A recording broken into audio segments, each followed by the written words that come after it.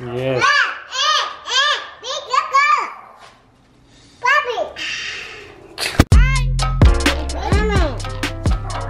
Joker? You like Batman?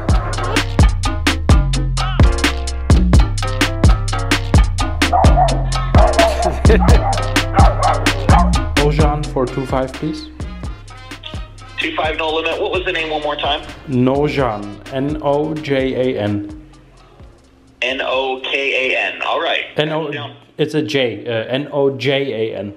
Nojan. Okay. Yep. N-O-J-A-N. Yep. All right. Have you down. Thank you. Ich spiele da jeden Abend und die kriegen es immer noch nicht hin mit meinem Namen. Ist aber, die haben neue Leute da. Liegt wohl daran wahrscheinlich.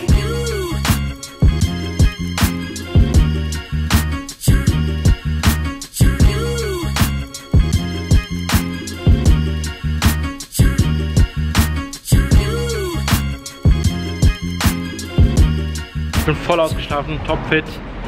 Jetzt im Aria angekommen. 2.5 Session. Ich habe deswegen tagsüber auch nicht so viel gefilmt, weil ich den ganzen Tag gepennt habe. 13.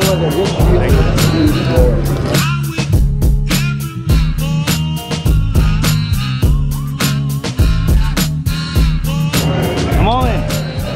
Look at that.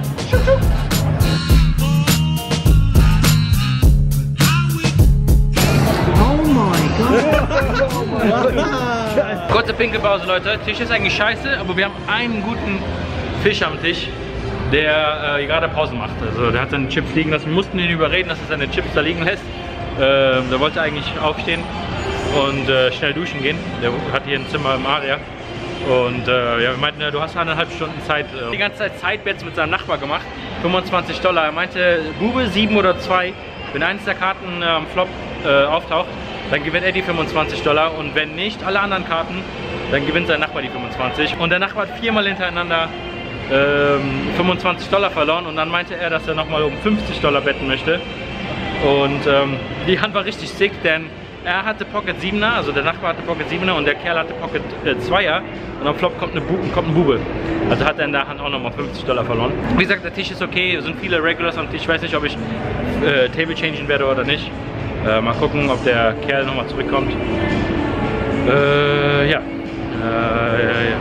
Jetzt wieder zurück an die Tisch gekommen.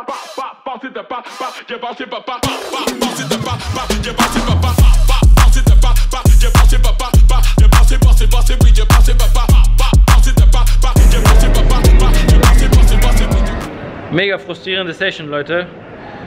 7,5 Stunden gespielt, $907 down. Wir haben jetzt 5:17 Uhr. Ich war den ganzen Tag minus $1.000 und hab dann irgendwann ist mein Tisch kaputt gegangen, wir haben mal einen Table Change gemacht. Und an dem neuen Tisch habe ich mich dann hochgegrindet, wieder auf Break-Even. Ich war noch so $50, $60 minus oder so. Und dann, ab da ging es nur noch bergunter wieder. Jede Hand, die ich geopen raced habe, entweder, also egal ob 3-Pad-Pot, 4-Pad-Pot. Security Cruise hier rum.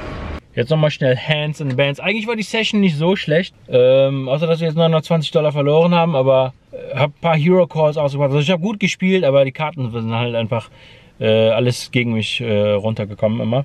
Eine coole Hand gespielt, wo Middle Position limpt, $5. Ich bin im Cut-Off mit Pocket 6er, beide schwarz. Ich raise auf 20, der Button Big Blind called. Und der Middle Position Limper, der callt auch. Flop kommt König 5-2. 2 Clubs, ein Herz. Checken beide zu mir hin. Ich wette 30, Half Pot. Big Blind folded und Middle Position called. Turn kommt jetzt noch eine 5. Spade oder was auch immer. Er checkt, ich check. River kommt Ass in Kreuz. Jetzt liegt da ein Flush. König hoch, Ass hoch. Alles liegt da. Er bettet $50 und ich call.